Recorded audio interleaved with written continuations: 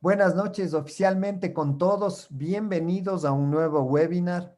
El día de hoy nos acompaña el ingeniero Paul Manobanda. El ingeniero Manobanda es ingeniero industrial por la Escuela Politécnica de Chimborazo. Es máster en prevención de riesgos laborales por la Universidad Internacional de La Rioja. Igualmente es auditor interno y tiene una serie de cursos relacionados con la seguridad y salud en el trabajo, pero lo más importante es su experiencia que la ha desarrollado principalmente en el Hospital del Seguro Social y que es algo que hoy día nos va a trasladar, a comunicar a nosotros y esperemos sacar el mayor de los provechos.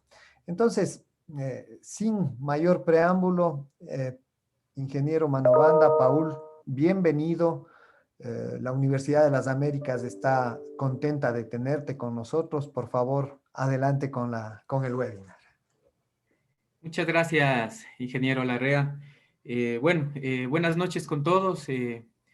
Para mí igualmente es un gusto, un honor poder compartir un poquito el conocimiento y la experiencia que hemos obtenido con el paso de los años, y sobre todo ya en este casi año que llevamos trabajando en materia de prevención de riesgos laborales frente al COVID-19, sobre todo en una institución de salud donde ahí es donde estamos más expuestos al riesgo de contagio, ¿sí? Bueno, ya el ingeniero Larrea hizo la presentación, esto estaría de más hablar y empecemos con el webinar, ¿sí? Voy a tratar de hacerlo interactivo. En ciertas partes me gustaría su participación sin miedo, sin temor, para tratar de que este webinar sea lo más ameno posible, ¿ya? Entonces, empecemos brevemente hablando de la normativa relacionada con la gestión del riesgo biológico. Eh, Quienes conocemos del tema de la seguridad y salud sabemos que nuestro trabajo se fundamenta principalmente en el tema legal. Todo se fundamenta en el tema legal. Ya enfocándonos estrictamente al tema de riesgo biológico, podemos citar el reglamento del Seguro General de Riesgos del Trabajo del IES, del CD 513, donde en el artículo 55 menciona los mecanismos de la prevención de riesgos del trabajo. Y ahí claramente estipula el seguro de riesgos que las empresas deberán implementar mecanismos de prevención de riesgos del trabajo como medio de cumplimiento obligatorio. Y ahí, como usted puede ver, hace referencia a la acción técnica, lo que implica la identificación, la medición, la evaluación y el control del riesgo, ¿sí? Bueno, por razones del tiempo no vamos a hablar acerca del tema de identificación ni medición. Vamos a enfocarnos en las dos últimas, que son la evaluación y control de riesgo, con enfoque en este virus del SARS-CoV-2, ¿sí? Entonces, prácticamente es obligatorio, y quienes hacemos seguridad y salud en el trabajo, pues tenemos la responsabilidad de implementar un sistema de gestión que precautele la vida de los trabajadores, ¿sí? Algo que me parece importante que usted conozca es la clasificación de los agentes biológicos, ¿sí? Esto es elemental para proceder a un tema de evaluación, ¿sí? En el Real Decreto 664 del año 97 de España, que por cierto este está vigente, podemos encontrar una clasificación que se utiliza casi a nivel mundial, ¿sí? En el Ecuador, lamentablemente, no contamos con una clasificación del riesgo biológico, ¿no? Entonces nos toca, pues, sostenernos en referencias internacionales, ¿no? Entonces usted puede ver aquí cómo se clasifica el riesgo biológico. Por ejemplo, el riesgo biológico se clasifica en 4 grupos, como usted puede ver aquí: grupo 1, 2, 3 y 4. ¿En virtud de qué se clasifica? Por el riesgo de infección, ¿sí? Como usted puede ver, si hablamos de agentes biológicos del grupo 1, significa que es poco probable que ese agente biológico cause una enfermedad, el riesgo de propagación a la colectividad no existe, y lógicamente es innecesario un tratamiento o profilaxis post-exposición, ¿sí? Luego tenemos los agentes biológicos del grupo número 2, que usted ve que ya puede causar una enfermedad y constituye un peligro para los trabajadores, pero es poco probable que se transmita a la colectividad, ¿sí? Y normalmente existe una vacuna para esto. Luego tenemos el grupo 3, que es similar. El grupo 4, que ya hablamos que pueden provocar una enfermedad muy grave y constituye un serio peligro. La transmisibilidad es elevadísima y a la actualidad no se conoce una profilaxis o un tratamiento eficaz, ¿sí? Según esta clasificación de riesgo biológico, de los agentes biológicos, el virus del SARS-CoV-2, ¿en qué grupo considera usted que estaría? Por favor, si puede con confianza activar su micrófono. ¿En qué grupo de riesgo cree que estaría el virus del SARS-CoV-2 que causa esta enfermedad del COVID-19? Elevado. Grupo 4. Bueno, en realidad está en el grupo número 3. La Comunidad Europea lo ha clasificado como agente biológico del grupo 3. ¿Por qué? Bueno, ahora ya tenemos al alcance la vacuna, ¿sí? Existe un tratamiento para esta enfermedad. Es probable, hemos visto que es probable que se transmite y se transmite a la colectividad y puede provocar una enfermedad muy grave y constituir un serio peligro para los trabajadores. Entonces, el SARS-CoV-2 está en esta categoría, en el grupo número 3, ¿sí? Entonces, ¿por qué es importante saber esto? Porque si usted de pronto quiere evaluar la exposición o el nivel de riesgo al SARS-CoV-2, una de las variables que necesitamos conocer es precisamente en qué grupo de riesgo está. Sí, lógicamente, si usted lo quiere aplicar una metodología general, ¿sí? Entonces, ya vamos a mencionar también al respecto. Luego, entremos a ver ya el tema de la evaluación del riesgo biológico como tal, pero antes de evaluar el riesgo biológico, siempre es importante hacer algo, ¿sí? Las evaluaciones de todo tipo de riesgo no se lo debe nunca realizar desde el escritorio, ¿sí? Lamentablemente, pudiera existir profesionales que desde el escritorio se sienten y digan, yo creo que en el puesto del estibador, de la secretaria, en este caso en la foto de la enfermera, yo creo que hay estos riesgos de estas condiciones.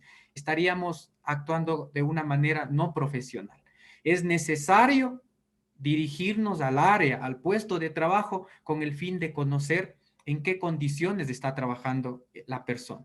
Y eso es fundamental. Ahí nosotros vamos a poder identificar las características del trabajo, cómo lo realiza el trabajo, los procedimientos que tiene implementado, las tareas que se ejecutan y si existe o no medidas de control implementadas, ¿sí?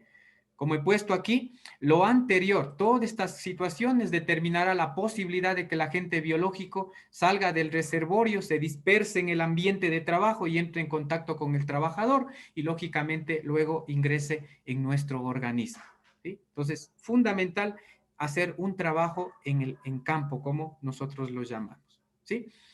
¿Cuáles son las diferentes metodologías que existen para evaluar el riesgo biológico? En general, existen dos que son reconocidas y muy utilizadas. No sé si usted ha escuchado la metodología BioGaval, que esta metodología fue desarrollada por el Instituto Valenciano de Seguridad y Salud en el Trabajo de España, ¿sí? Esta metodología es muy fácil de aplicarla, ¿sí? Hay que entender muy bien los criterios para la calificación, ¿sí? Y la ventaja de este método es que mejora al propuesto por el Instituto Nacional de Seguridad y Salud en el Trabajo de España, el que ustedes ven aquí en la parte derecha, ¿no? ¿Sí? Donde dice la evaluación simplificada. Sin embargo, los dos métodos son reconocidos a nivel europeo y también se utiliza mucho aquí a nivel de Latinoamérica y se puede implementar, ¿sí? Si usted desea hacer una evaluación rápida, una evaluación inicial, le recomendaría aplicar la evaluación simplificada. Si de pronto quiere ir un poquito más allá, ¿sí? Puede aplicar la metodología BioGaval, ¿sí? Ahora, ¿qué pasa con este virus del SARS-CoV-2? ¿Sí? ¿Qué métodos de evaluación específica existen para evaluar? Bueno, nosotros tenemos primero el de la OSHA, la Administración de Seguridad y Salud en el Trabajo de los Estados Unidos. Emitió un lineamiento de cómo se podría evaluar la exposición de los trabajadores a COVID-19. Y ellos han establecido una pirámide que ustedes ven aquí, que ellos lo categorizan como riesgo muy alto, alto, medio y riesgo bajo, ¿sí? Aquí no hay que hacer ningún cálculo, ya la OSHA mismo directamente dice qué tipo de trabajadores o profesionales estarían en riesgo muy alto, en riesgo medio y bajo, ¿sí? Entonces, por ejemplo, si uno piensa, por ejemplo, en el médico que atiende directamente a un paciente COVID en un hospital, lógicamente ellos están directamente en riesgo alto, ¿sí? Solamente nos basamos en este lineamiento y podemos establecer en qué nivel de riesgo se encuentra. ¿Sí? Esa es una manera, por decirlo así, rápida de evaluar el riesgo. Ahora, hay otras metodologías más específicas, la que ustedes ven aquí, por ejemplo, este es el protocolo de evaluación frente al nuevo coronavirus emitido por profesionales de institutos de España, que por cierto, este método fue ajustado por la Asociación de Profesionales de Seguridad y Salud en el Trabajo del Ecuador, ¿sí? Ya a nuestra realidad, ¿sí? Y este método se llama PER COVID-19 Ecuador. Es un método de evaluación semi-cuantitativa, ¿sí? Igual está validada, digámoslo así, aprobada también por el Ministerio del Trabajo para poder aplicarla en todo tipo de empresas. La ventaja de este método es que se puede aplicar en todo tipo de organizaciones, ¿sí? Puede ser en la industria, en hospitales, en empresas comerciales, en fin, en cualquier tipo de organización, ¿ya? Entonces, ese es otro método que podríamos utilizar. Ahora, algo que estamos usando nosotros personalmente, estamos usando en el hospital, yendo un poquito más allá, porque la metodología del PER COVID Ecuador, esa evalúa por áreas, ¿sí? Y el método mismo le dice evalúe por áreas. Pero a veces, al menos en un ambiente hospitalario con ese nivel de riesgo, es necesario evaluar por trabajador, ¿sí? Y ahí nos ha tocado utilizar, por ejemplo, este método de la Sociedad Colombiana de Higienistas Ocupacionales, que nos parece un método muy interesante, ¿sí? Que evalúa el nivel de exposición potencial al COVID-19. Las variables que utiliza, como usted puede ver aquí en esta fórmula, es la peligrosidad del agente biológico, que está relacionada con la tabla que vimos en la clasificación de riesgo, ¿sí? El nivel de exposición, si el trabajador tiene o no comorbilidades. Recuerde usted que hay trabajadores que son considerados vulnerables. Por ejemplo, trabajadores que son obesos, que tienen diabetes, ¿sí? Si existen comorbilidades, le da una puntuación adicional. Y el R0, que es el índice de infección, ¿sí? Luego, esto sobre la ventilación, sobre las prácticas que se realizan ahí de bioseguridad o no. El tránsito, esto me parece muy interesante también porque aquí habla respecto a si el trabajador para dirigirse a su lugar de trabajo utiliza un vehículo propio o utiliza un vehículo público. Claro, usted ya se imaginará el nivel de riesgo aumenta viniendo en el trolebús, en un bus que van más de 50 personas, ¿no? Entonces, ese es algo interesante. Y también utiliza una variable, el nivel de protección. ¿Sí? Usted evalúa, ingresa los datos y le sale una clasificación. ¿Sí? Si el riesgo es muy alto, alto, moderado o el riesgo bajo. ¿Sí? Igual este es un método muy fácil de aplicarlo. ¿Sí? No hay mayor inconveniente en desarrollarlo. ¿Ya? Ahora, con fines de esta capacitación, yo he querido mostrarles cómo utilizar el método PER-COVID Ecuador, que se lo realiza por áreas, ¿no? Entonces, primera recomendación que yo les hago, descargarnos de este protocolo que está aquí, ¿sí? Descargarnos, leer, estudiar bien la metodología, ¿sí? Pero lo que sí recalca bastante el método, y usted va a evidenciar ahí en la bibliografía, que este método debe ser aplicado por profesionales relacionados con la seguridad y salud en el trabajo. ¿Sí? Por profesionales relacionados con la seguridad y salud, con el objetivo de que la evaluación sea realizada de manera correcta. ¿Sí? Entonces, el mismo método ya propone una matriz en Excel donde todo está automatizado. Solamente ingresamos los datos y nos calcula el nivel de riesgo. ¿Sí? Aquí usted puede ver cuáles son las variables que utiliza el método, mire. Entonces, desde la A hasta la letra F, Una de las variables es el índice de exposición geográfica, que ya vamos a ver más adelante, el nivel de exposición al riesgo, ¿sí? Si el contacto estrecho, con caso confirmado, el espacio de trabajo, la disposición del equipo de protección personal y el índice de ventilación ambiental, ¿sí? Entonces son 6 variables que hay que evaluar y obtenemos un nivel de riesgo, ¿sí? Hablemos ya un poquito más de esto. Esta es la matriz en Excel que usted puede encontrar. Y como usted puede ver aquí, el mismo método dice esta debe evaluarse por área, por cada área de la empresa, ¿sí? Esta herramienta debe ser aplicada por profesionales de seguridad y salud e involucre a trabajadores de la empresa en el desarrollo de la evaluación. Eso es lógico, porque como les digo, yo no puedo hacer yo solo como técnico profesional desde el escritorio, yo tengo que conformar un grupo de trabajo con los trabajadores, con el supervisor, el jefe inmediato, y juntos ir realizando la evaluación a las diferentes variables, ¿sí? Como usted ve, cada variable tiene una puntuación, una calificación, ¿sí? Calificación de 1000 cuando el riesgo es muy alto respecto a cada variable, 100 y 10, ¿sí?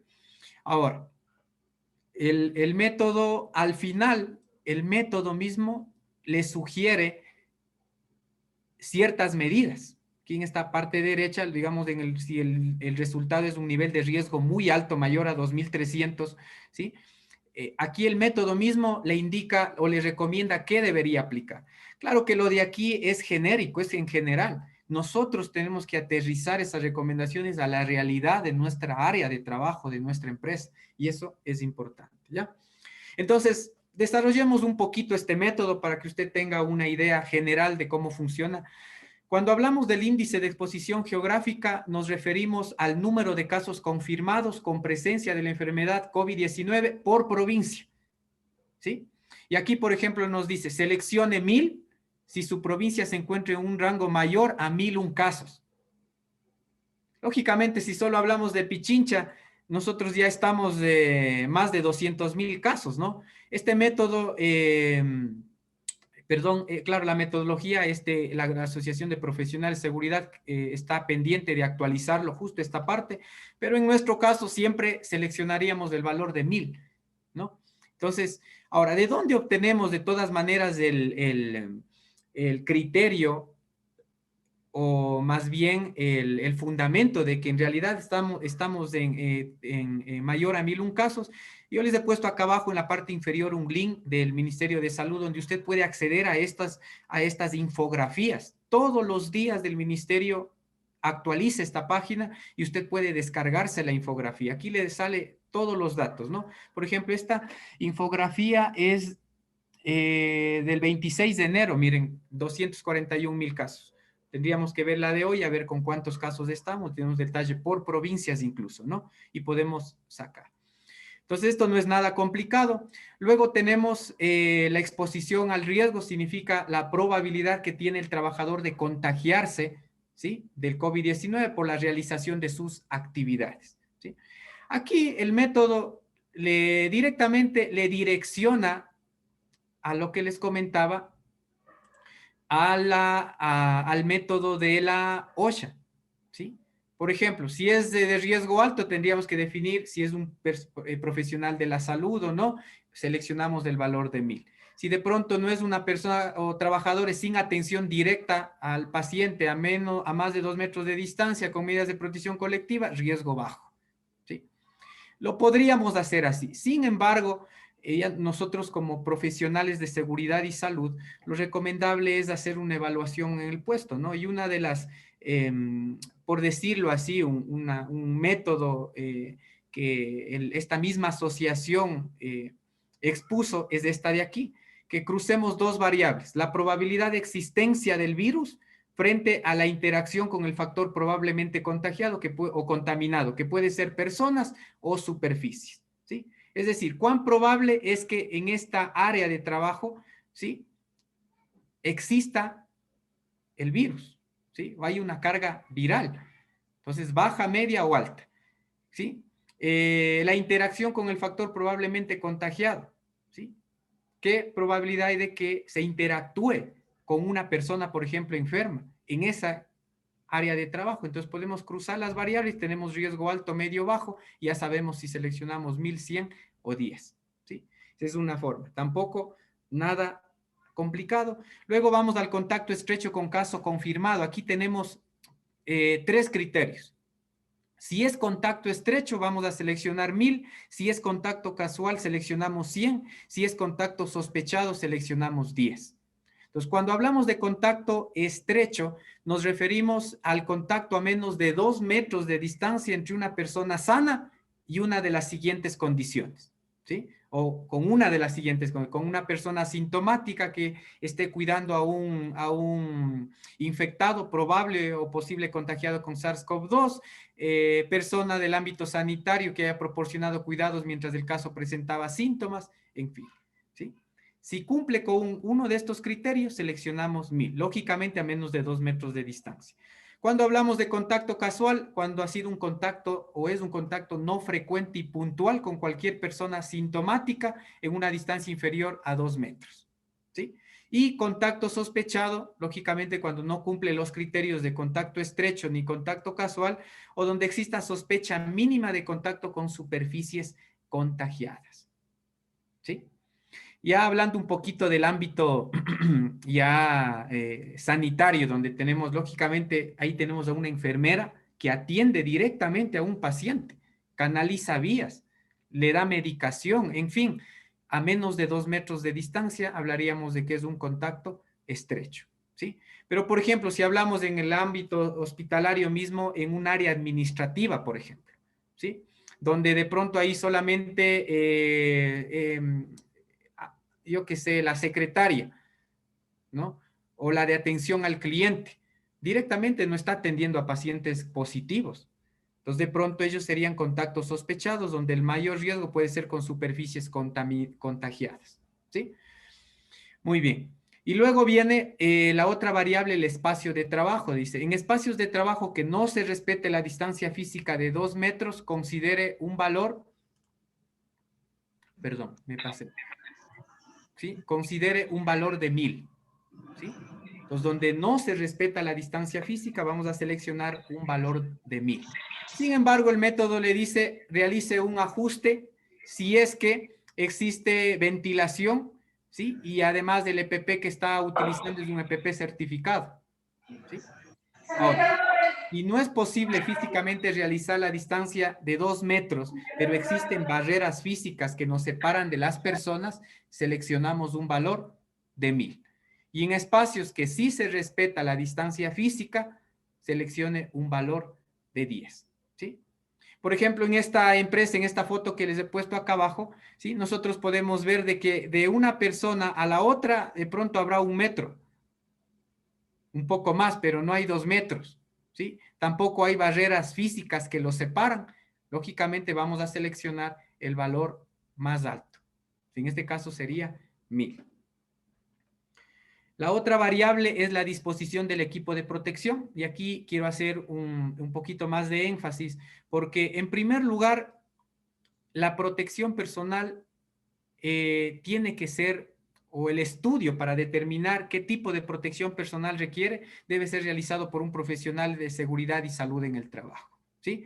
Además, al momento de dotar o gestionar la adquisición de equipos de protección personal, es importante tomar en cuenta de la comodidad para el usuario.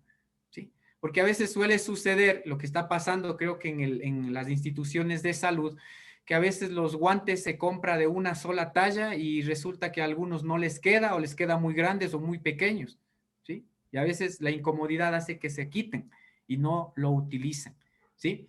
También es importante que se capacite a los trabajadores en el uso correcto del equipo de protección personal, ¿sí? Y algo fundamental, que se debe dotar siempre equipos de protección certificados, ¿sí? Esto sí les invito a investigar, a dirigirnos a ciertos institutos relacionados con la seguridad y salud ocupacional que dan las directrices de qué tipo de EPP se debe utilizar. Caso contrario, podríamos cometer el error de dotar a los trabajadores de un equipo falso, un equipo que sea una copia, que por cierto hoy en el mercado hay un sinnúmero por ejemplo, solo hablando en respiradores N95, copias falsas, ¿sí? O dice ser certificado, dice certificar, filtrar mínimo el 95% de partículas, pero en la realidad filtran el 10, el 20, el 40, el 50% de partículas, ¿sí? Por eso es importante tener en cuenta. Entonces, ¿cómo se califica esta variable? Ustedes pueden ver, esta tablita la van a encontrar en la matriz del método. Primero, esto vamos nosotros a tomar en cuenta el nivel de exposición al riesgo que obtuvimos en el ítem o en el numeral, perdón, en el literal B, ¿sí? Si nosotros determinamos en el nivel de exposición al riesgo que es un riesgo alto o medio, vamos a trabajar con esta primera columna de aquí. Si vimos que el nivel de exposición al riesgo es bajo, trabajamos con esta columna de la derecha, ¿sí? Y vamos simplemente calificando. Todos los EPPs fueron evaluados por un profesional de seguridad y salud. Marque 1 si así es. Y si no, si tal vez calificó el responsable de talento humano o calificó, en fin, cualquier persona que no está relacionada con la seguridad y salud, tiene que seleccionar 0, ¿sí? El trabajador ha sido entrenado en el uso de EPP, si es que ha sido capacitado, seleccione 1 o 0. El EPP es certificado o no, ¿ya? La eficiencia de filtrado es mayor o igual al 95%, esto lógicamente si es que el nivel de exposición al riesgo es medio o bajo. Y el trabajador usa adecuadamente el EPP, se entendería que si yo le entreno, le capacito, él va a utilizar marco 1. Realizamos la sumatoria y de acuerdo a la sumatoria vamos a calificar. Si es mayor a 3, seleccionamos 1000, si es entre 3 y 4, 100, y si la sumatoria me da 5, calificamos como 10, ¿sí? Y por último, vamos a la ventilación e higienización. Entonces aquí, si tenemos áreas con baja ventilación o sin ventilación, vamos a seleccionar un valor de 1000. Así tengamos un protocolo implementado de desinfección de superficies, ¿sí? El método me dice seleccione un valor de 1000. Claro, esto es lógico porque por más que yo desinfecte las superficies de trabajo, así la desinfecte todos los días, pero no hay una buena ventilación, lógicamente el riesgo es altísimo, ¿sí? Entonces vamos a seleccionar el valor de 1000. Ahora, si las áreas tienen una mediana ventilación, ¿sí? Se cumple con los requerimientos de renovación de aire, vamos a seleccionar el valor de 100. Pero vamos a seleccionar 10 si es que los trabajos se realizan al aire libre o existe ventilación asistida, ¿sí? Se aplican protocolos de limpieza y desinfección y también se ha medido cuantitativamente la carga viral, ¿sí? Bien difícil que una empresa mida la carga viral, bien complicado, ¿sí? Por el costo, por lo que representa, así que este valor yo creo que al menos en nuestro país nadie seleccionaría 10, estaría entre seleccionar entre 100 o 1000, ¿no? Si cumple estos criterios, seleccionaría 10. Muy bien. Listo. Entonces, ahí se termina la calificación de cada uno de los criterios. Yo les he puesto aquí un ejemplo nomás para que usted tenga una idea. Por ejemplo, en un procedimiento médico de broncoscopía, que directamente es abrir la vía aérea, la boca al trabajador, ¿sí? Y, perdón, al paciente, y este paciente, claro, en el procedimiento de broncoscopía comienza a toser, y usted ya se imagina la cantidad de secreciones que expulsa un paciente, ¿sí? Entonces, bajo esto se ha hecho la evaluación, el índice de exposición geográfica 1000, eso en todos los casos, nivel de exposición al riesgo 1000, lógicamente es un profesional de la salud que está a menos de 2 metros de distancia con pacientes positivos muchas veces o sospechosos, nivel de riesgo muy alto, por lo tanto 1000. El contacto estrecho con caso confirmado, muchas veces tienen que realizar este tipo de procedimientos a pacientes confirmados, ¿sí? El espacio de trabajo permite respetar la distancia de 2 metros, no, sin embargo existen barreras. 100, la disposición de equipo de protección personal, le hemos calificado como 10, utilizan equipo de protección certificado, están capacitados, en fin. La ventilación es una ventilación media, tampoco es que no existe ventilación en el área, de pronto aquí puede haber ventanas, ¿sí? Que permiten al menos una renovación de aire, ¿sí? Y aún así, el nivel de riesgo, como usted puede ver, es del riesgo muy alto, ¿sí? Y sobre esto, como les comentaba, el método mismo propone de manera genérica algunos lineamientos para disminuir el riesgo, ¿sí? Y hemos realizado la evaluación, luego esto podemos pasar a un informe con firmas de responsabilidad firmado por la máxima autoridad de la empresa o institución para ejecución obligatoria de las medidas del control del riesgo, ¿sí? Bien, yo les he puesto algo aquí interesante, aparte ya de la evaluación como tal laboral. Me parece que esto es interesante que usted también conozca cómo calcular el riesgo de contagio en reuniones sociales. ¿Sí?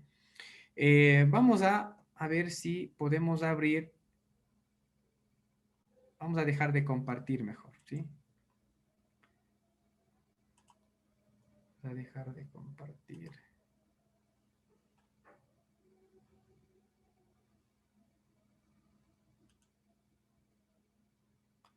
A ver.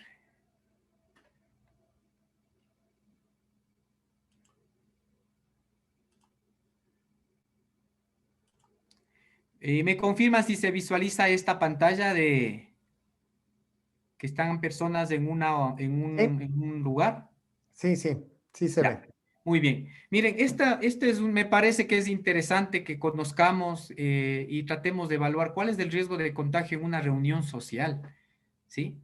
Nos podría servir tanto para el ámbito laboral como para reuniones ya fuera del trabajo, quizás con familia o amigos. Esto es una herramienta muy útil, es de interactivo. Usted puede ver aquí los aerosoles. Claro, esto está hablando del riesgo de infección por aerosoles.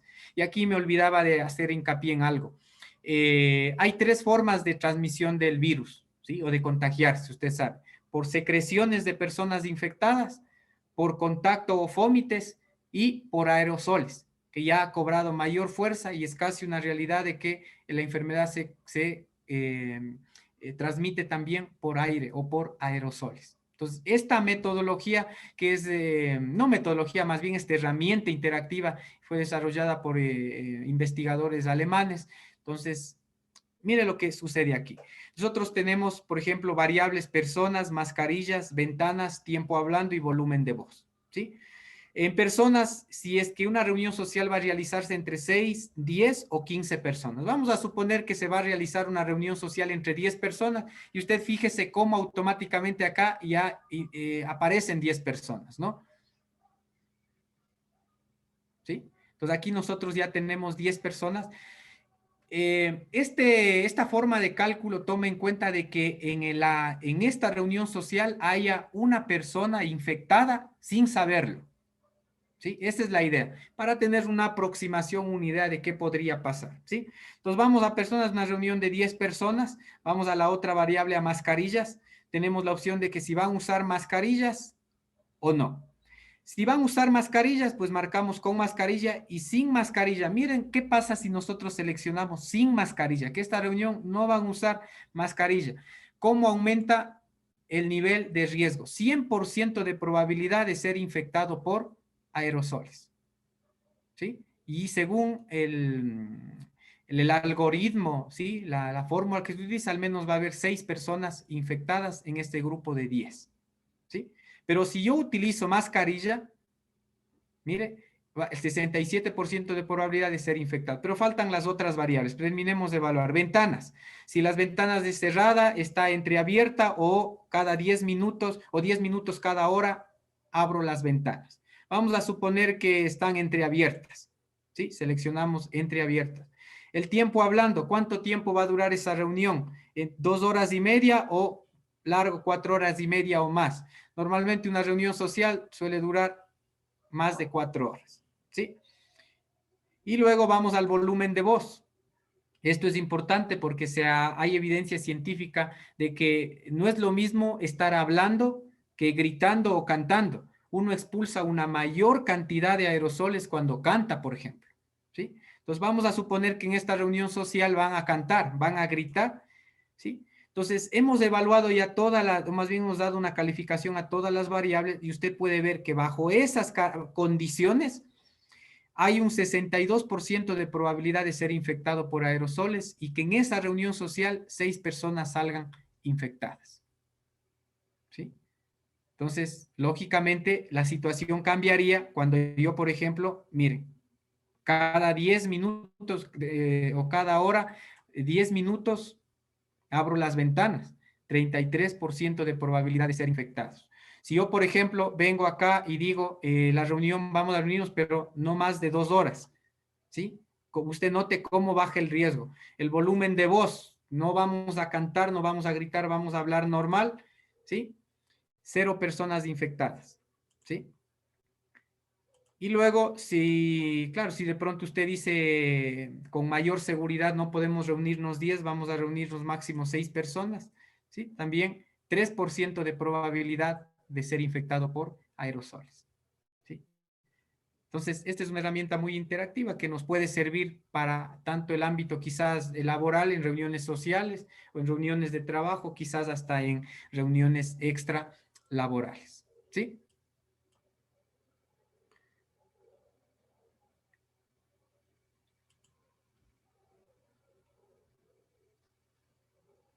Volvemos a la presentación. Listo. Sí, y aquí les dejo el link para que ustedes puedan ingresar y realizar los respectivos análisis, ¿ya? Bueno, una vez realizada la evaluación, ¿qué nos queda? Realizar un plan de acción, ¿sí? Y eso también quiero enfatizar porque a veces, muchas veces este trabajo se queda solo en la evaluación, se evaluó y ya no se hace más, ¿sí? Y no hemos hecho prácticamente nada porque el objetivo de evaluar es implementar medidas de control del riesgo, ¿sí? Entonces, por eso es importante y vamos a conversar brevemente, pero antes, yo les he puesto aquí algo para reflexionar, no subestimemos a este virus, al SARS-CoV-2. Lamentablemente, a pesar de que ha aumentado los contagios, esta es la realidad que vemos en todo el mundo, en nuestro país, en nuestra propia ciudad, ¿sí? Personas que no utilizan o si utilizan, lo utilizan de una manera incorrecta, como usted puede ver aquí, solamente cubierto la boca, la nariz descubierta, a pesar de que usan mascarillas, están a menos de 2 metros de distancia, se olvidan de las otras normas, en fin, la realidad de todos los días y es por eso que está aumentando de una manera increíble los casos de contagiados, ¿sí? Pero quiero mencionarles algo brevemente y veamos juntos un video cómo se propaga este virus para hacer conciencia sobre todo. Fíjese por favor en este video y luego conversamos. Para que nos vaya mostrando. El video lo va a preocupar. Ah, no, entonces primero... Perdón, ¿se escucha? Escuchar se escucha, pero no se pudo visualizar el video, me parece. No sé si no empezaba todavía, pero se escuchó algo, pero no se veía. Ya, entonces creo que no se ve. A ver, permítanme. Dejemos de...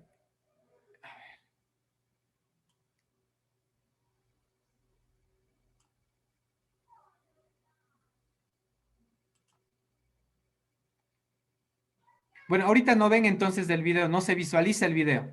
No se visualiza, solo se escuchaba. Ya, perdón. Vamos acá.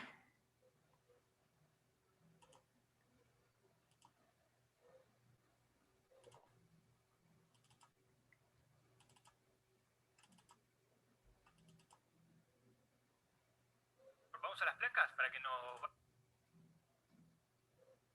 A ver, ahora sí vamos a compartir mejor por esta vía. Ya. Ahí sí se ve. ¿Sí? Ya. Entonces prestemos atención, por favor. Vamos a las placas para que nos vaya mostrando. El video lo va a preocupar. Ah, no, entonces Sí, primero el video para que después nos Pues, tranquilice. sí. A ver el video, por favor.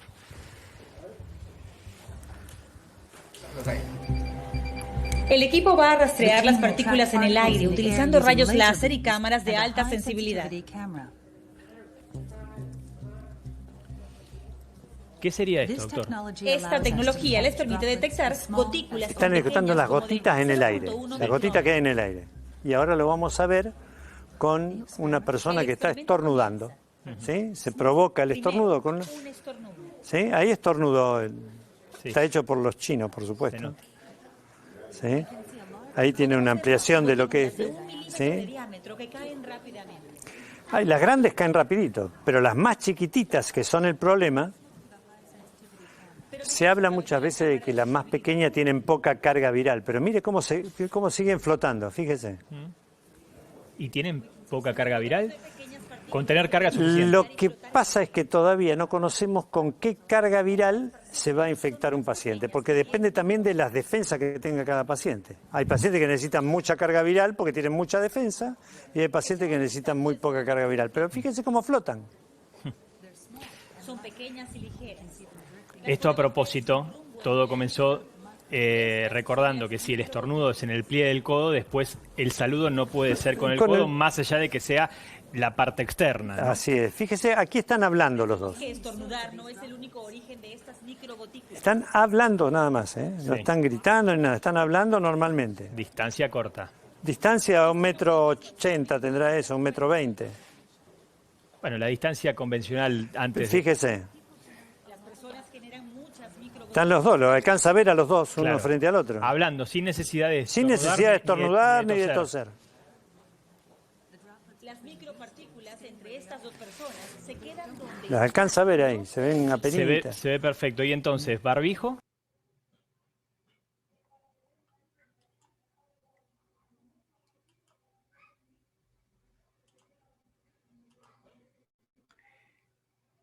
¿Qué les pareció este video? Y ahí nos podemos dar cuenta el riesgo que hay, por ejemplo, solo de esta persona que vemos aquí. ¿Sí? Menos pensado le puede escapar un estornudo y infectó. Imagínense en estos lugares cerrados. ¿Sí? En lugares cerrados. Por eso prácticamente los lugares cerrados deberían considerarse como un peligro inminente. ¿Sí? Y debemos hacer todo lo posible por evitar. Como usted ve, claro, de lo que se conoce de la evidencia científica, las secreciones más grandes, por decirlo así, caen al piso, llegan hasta 2 metros más bien, y caen. Sí, pero hay otras, como usted pudo ver en el video, estas microgotas que pueden quedar suspendidas en el aire sin ningún problema. Por eso ha habido tantos casos, yo que trabajo en el hospital, tantos casos que, por ejemplo, solamente por comer con un compañero que, claro, es asintomático, comer en la mesa, frente a frente, a menos de 1 metro de distancia, ya le contagió. ¿Sí? Entonces, toda esta situación, lamentablemente las personas no hacen conciencia y no entendemos, creo, de cómo se propaga este virus, y ahora considerando que este virus es aún más contagioso, ¿no? Entonces, sí nos hace meditar en que es importante tomar medidas. Por eso hablemos brevemente, ya nos queda poco tiempo, de cuáles son las medidas de control. Lo primero que toda empresa debe hacer es levantar esto que ven aquí, un plan de bioseguridad, ¿sí?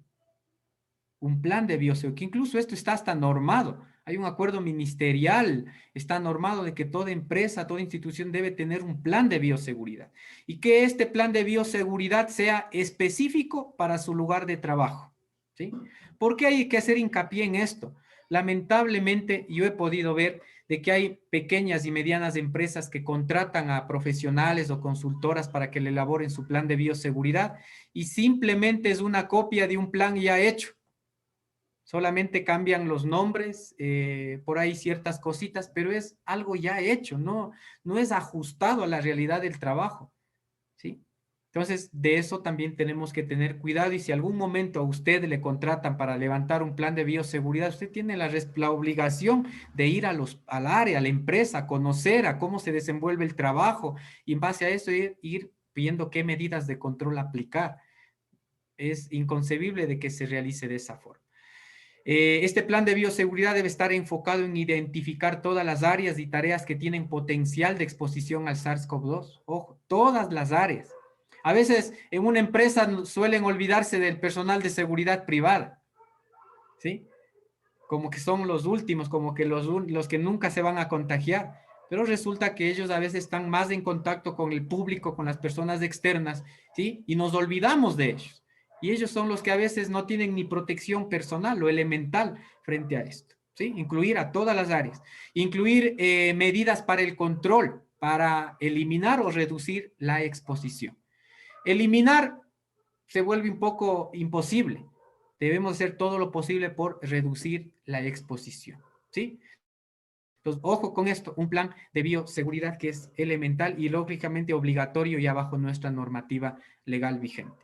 Ahora, hablemos, no vamos a demorarnos mucho en esto, solo unas puntualizaciones. Por ejemplo, el plan de bioseguridad debe estar direccionado a prevenir y reducir la transmisión entre empleados. ¿De qué manera se hace esto ya en la práctica? En primer lugar, concientizar en los trabajadores de que si manifiesta sintomatología asociada al COVID-19, quedes en la casa, ¿sí? Y de que el trabajador sienta la seguridad de que no va a haber represalias, no va a haber llamados de atención por no ir a trabajar. Si está enfermo, quedes en la casa, ¿sí? Algo importante, y eso se está haciendo creo que a nivel general en todo tipo de empresa, considere llevar adelante evaluaciones de salud diarias. ¿A qué nos referimos? Al tema de identificar síntomas, ¿sí? y temperatura.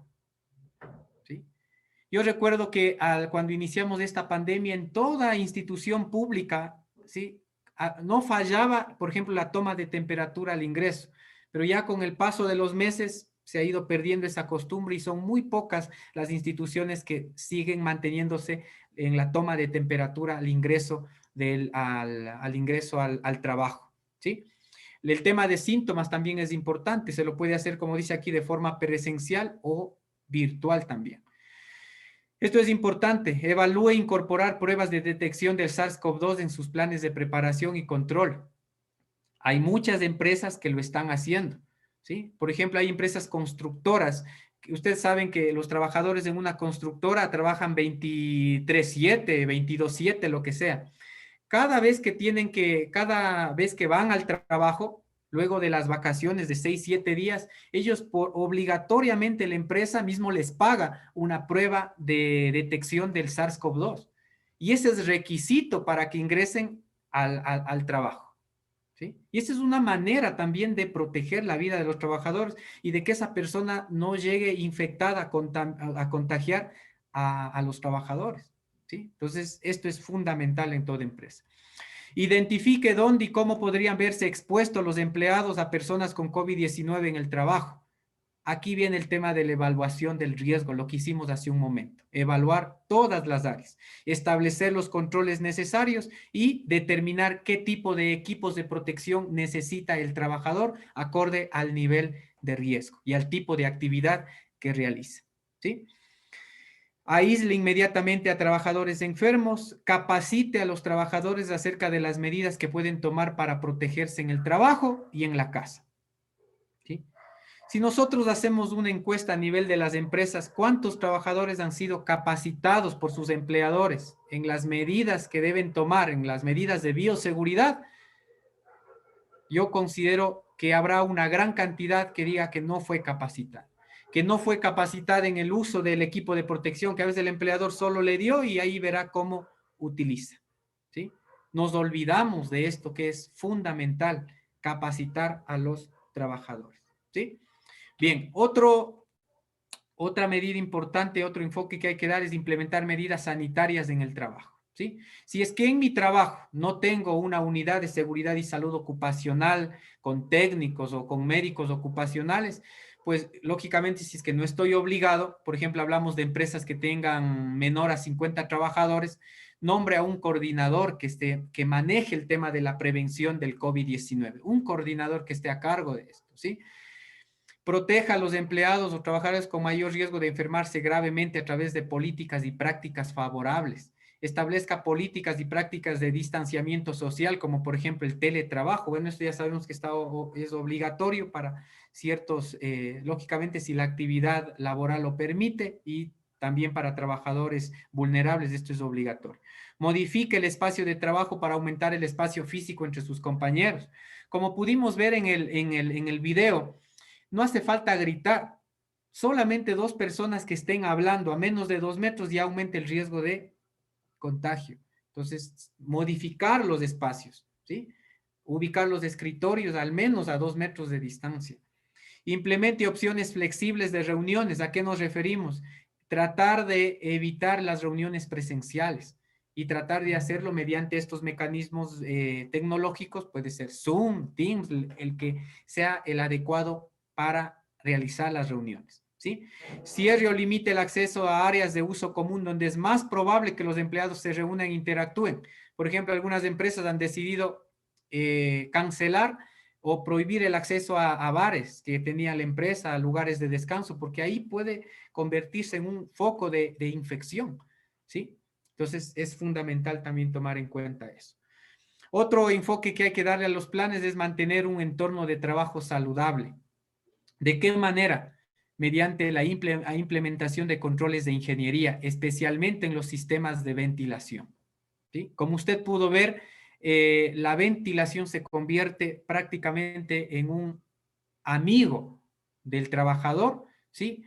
Para combatir a este virus que causa esta enfermedad del COVID-19, ¿sí?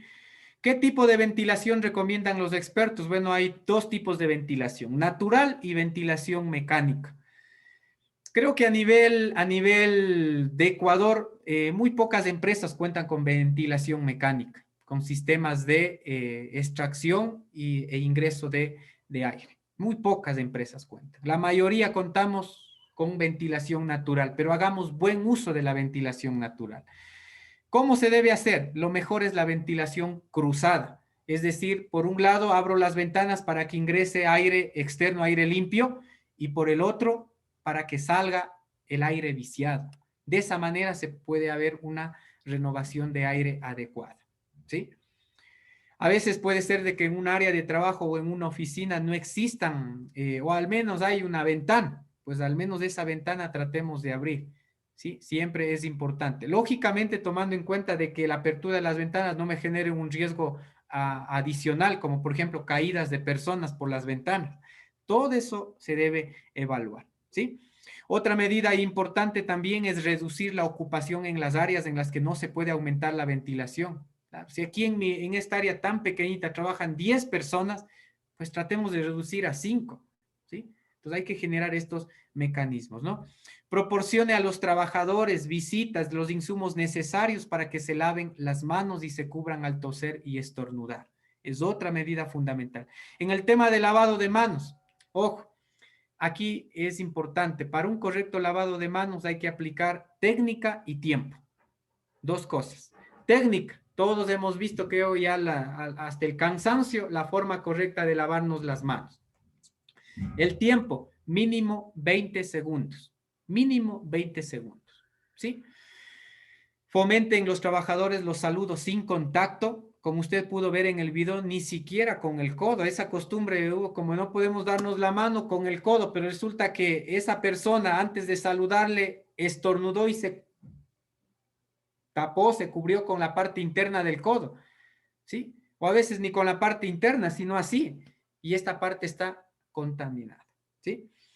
Limpie y desinfecte de manera rutinaria las áreas de trabajo, eso es importante, sobre todo en un ámbito ya de oficina, sobre todo la desinfección de los útiles de oficina, teclados, mouse, teléfonos, escritorios, en fin, una desinfección diaria, ¿sí?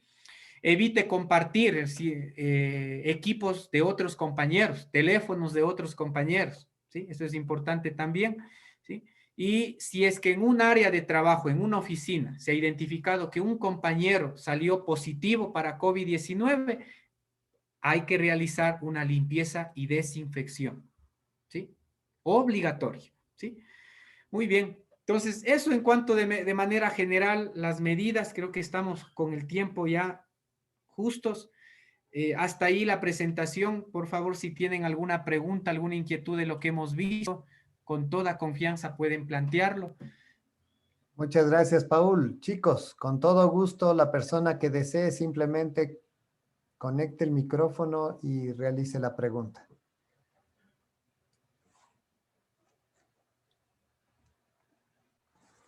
Tan tímidos todavía. Yo te voy a preguntar una cosa. ¿Qué opinión te merece las cercanas ya votaciones? ¿Qué riesgos le ves tú y qué tipo de prevención debería tener la gente que va a votar? Bueno, por más mecanismos de control de aglomeraciones que esté implementando el gobierno mediante sus entes de control, yo sí considero de que va a ser muy difícil de controlar las aglomeraciones, muy difícil, ¿sí? Entonces, bajo ese contexto, yo no me voy a confiar de que en mi recinto donde me toca van a estar, pero todos a 2 metros de distancia, todos con el EPP adecuado, ¿no? Yo tengo que protegerme. Entonces, mi recomendación sería utilizar. Como bueno, normalmente los recintos son abiertos, no hay mayor riesgo, salvo de que tenga que estar en un lugar encerrado, pero generalmente son abiertos, ¿sí? Son ventilados. El uso de mascarilla, ¿sí? Mascarilla le recomendaría yo para al menos de esa ocasión no utilizar las mascarillas higiénicas o caseras, sino de pronto una mascarilla quirúrgica, ¿sí? Y como una medida de protección adicional, yo les recomendaría utilizar un visor, una pantalla facial, porque no sabemos que una persona por ahí está con la mascarilla solo cubierto la boca y estornudó, ¿sí? Entonces, la pantalla me va prácticamente a bloquear esas gotículas más gruesas, ¿sí? Acuérdese que un ingreso también de de este virus es a través de los ojos. Puedo estar protegido mi nariz y la boca, pero los ojos pueden estar expuestos. Entonces, yo sí recomendaría una pantalla facial, ¿sí? El uso de guantes no recomendaría porque eso prácticamente es un foco de infección. Más bien tener a la mano el gel, aunque sé que ahí va a haber gel antibacterial, todo, pero no estaría de más llevar nuestro propio gel. La desinfección, ojo, en técnica y tiempo, mínimo 20 segundos, frotando palma con palma, el dorso de la mano entre los dedos, ¿sí? Nudillos, dedo pulgar, ¿verdad? Muñecas, ¿sí? Uñas, ahí ya debería pasar mínimo 20 segundos y las manos están limpias, ¿sí? Entonces esa sería, ingeniero Larrea, mi recomendación. No confiarnos tanto de que van a cumplir con el debido rigor las medidas de bioseguridad, sino más bien nosotros tener esa precaución. Bueno, y que piensen bien cómo votar, ¿no? Ese es Chicos, otro ¿alguna tema otra también. persona? Ujú. Muy bien. ¿Alguien más? Adelante. Sí, yo tengo una pregunta o qué recomendación puede ser para cuidarnos en la casa entre los miembros de la misma familia. Mira, si es que hablamos en la casa donde vivimos, ya todos convivimos ahí, somos de una misma familia, ya adentro, claro, lógicamente si uno viene de afuera, la higiene de manos respectiva, el lavado de manos, lo que corresponde, pero ya adentro no habría ningún inconveniente, ¿no? Se puede estar en la casa sin mascarilla, ¿sí? E incluso imagínate profesionales de la salud, incluso que se protegen bien en el trabajo, en los hospitales, en la casa ya no es necesario, están sin mascarilla muchas veces. Entonces, lo que sí evitar las reuniones sociales con personas que no viven en nuestra casa, ¿sí? Eso sería la recomendación, porque la mayor cantidad, ojo lo que les voy a decir, la mayor cantidad de contagiados que tenemos, al menos de los que llegan al hospital, son personas que han estado en reuniones sociales celebrando cumpleaños. Ahorita todo el aumento de casos es del arrastre de Navidad y fin de año, ¿sí? Entonces, evitar en lo que más se pueda las reuniones sociales, pero ya adentro, si usted en el lugar de trabajo toma las medidas necesarias, las medidas estrictas de bioseguridad, y en el hogar no hay. Pero yo, por ejemplo, yo en la casa no utilizo. Yo sí me cuido es en el hospital, en el trabajo, estrictamente, a rigor. De tal manera que aquí, gracias a Dios, no me he contagiado nunca, ni mi familia aquí adentro se ha contagiado, entonces sí hay que tener esas precauciones, ¿sí? Ahora, aún más precaución debería tener si yo en la casa tengo familiares, padres, abuelitos de la tercera edad, por ejemplo, ¿sí? Entonces, mis cuidados deben ser aún con mayor rigor, ¿sí? Se ha escuchado tantos casos de que un miembro de la familia salió a una fiesta clandestina y de ahí trajo el virus y contagió a toda la familia, ¿sí? Entonces, claro, luego vienen los arrepentimientos, pero en el hogar, como digo, mantener la higiene de manos fundamental cuando uno sale a comprar algo al mercado, lo que sea, la higiene de manos respectiva. Y por cierto, cuando usted salga a un centro comercial a hacer compras, lo que sea, nuevamente recomiendo pantalla facial aparte de la mascarilla, ¿sí? Esa es una gran medida de protección, ¿sí? El lavado de manos. El tema del que a veces al inicio había de que tenemos que desinfectar el calzado, que en el virus puede venir en el calzado, también es algo que ya prácticamente se tiene bien claro de que el riesgo de contagio en el calzado es muy bajo, muy, muy, muy bajo. Salvo se recomienda dejar el calzado afuera o desinfectar si tenemos bebés gateando en la casa.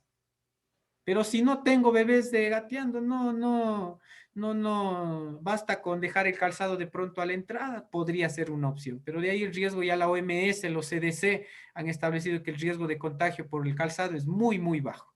Está comprobado de que se transmite por secreciones, como dijimos, evidente. Ya toma más fuerza y es casi seguro por aerosoles que se quedan en el ambiente de trabajo minutos u horas, o también por fómites, aunque está por fómites o superficies no está validado, pero se mantiene ahí como una posibilidad y por tanto viene el tema de lavado de manos y todo este asunto, ¿ya?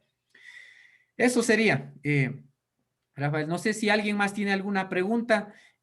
Había muchas cosas que quedaron pendientes por el asunto del tiempo. El tema del equipo de protección, que es nuestra responsabilidad como profesionales, dotar un EPP certificado a los profesionales y hay que saber cómo sé yo que este es un EPP certificado. Es un tema quizás para una próxima ocasión, ¿sí? Pero bueno, no sé si alguien más tiene alguna inquietud o su apreciación respecto a qué le pareció este webinar. Sí, buenas noches. Soy Santiago Cabezas. Quisiera hacerle una pregunta. Claro.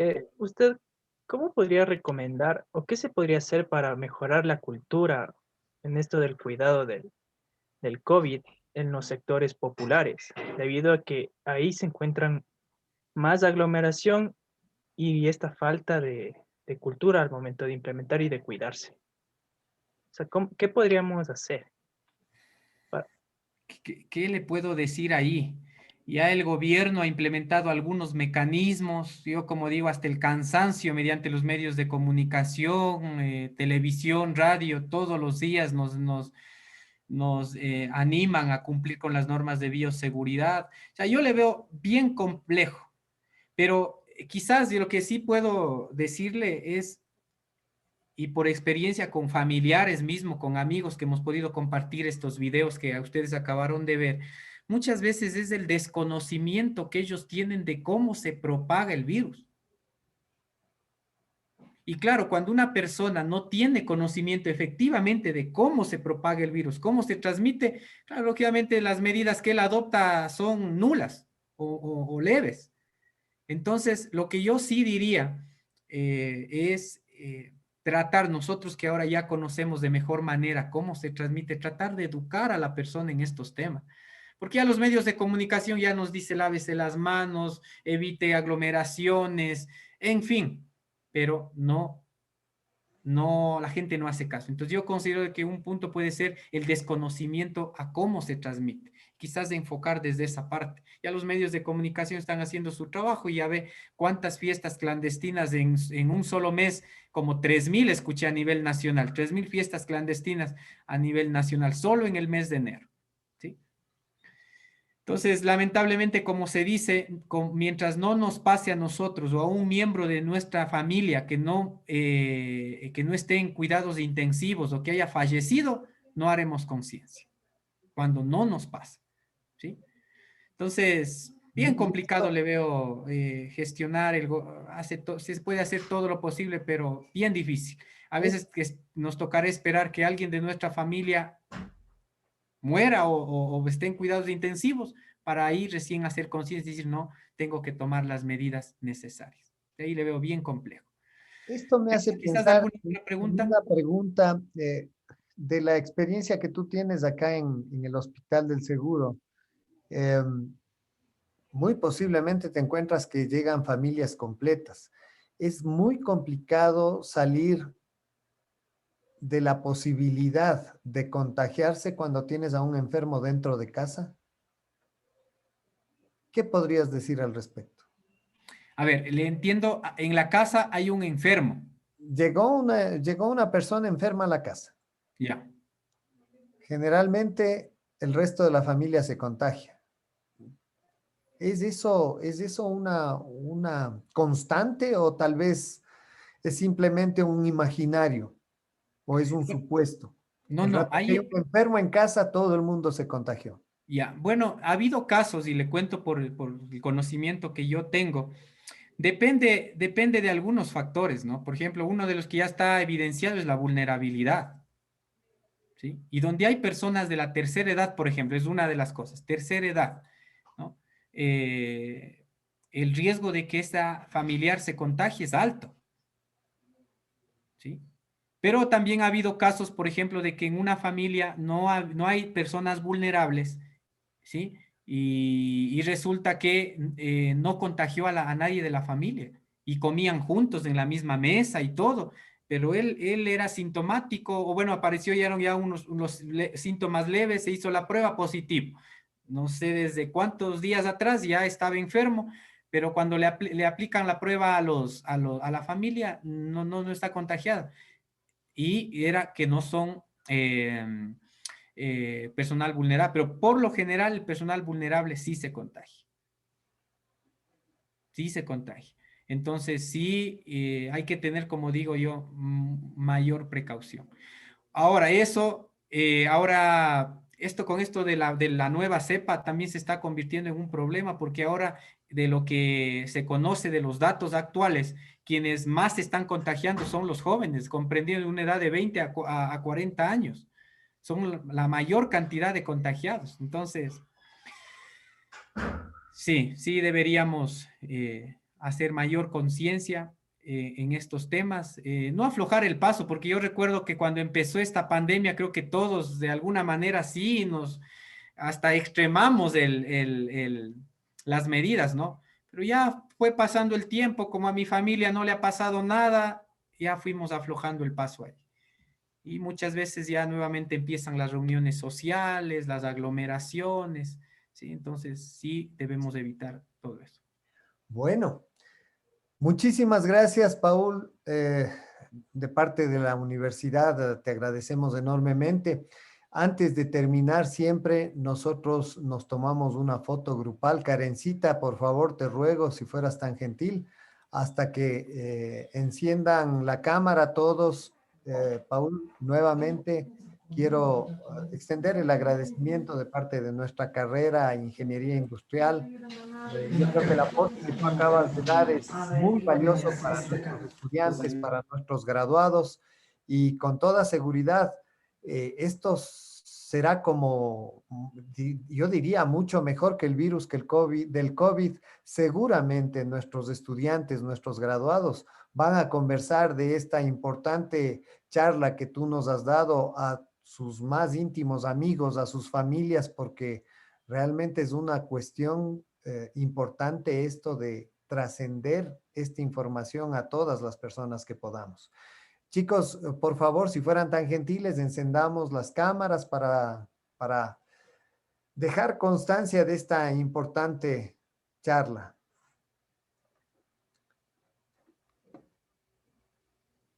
Así es como tímidamente encienden las cámaras nuestros estudiantes, fíjate.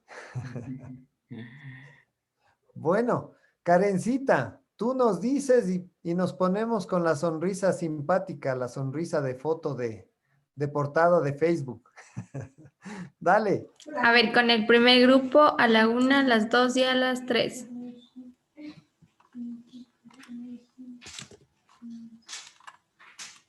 Ya. Con el segundo grupo a la 1, a las 2 y a las 3. Chévere, muchísimas gracias. Cortamos nomás la grabación. Gracias a todos por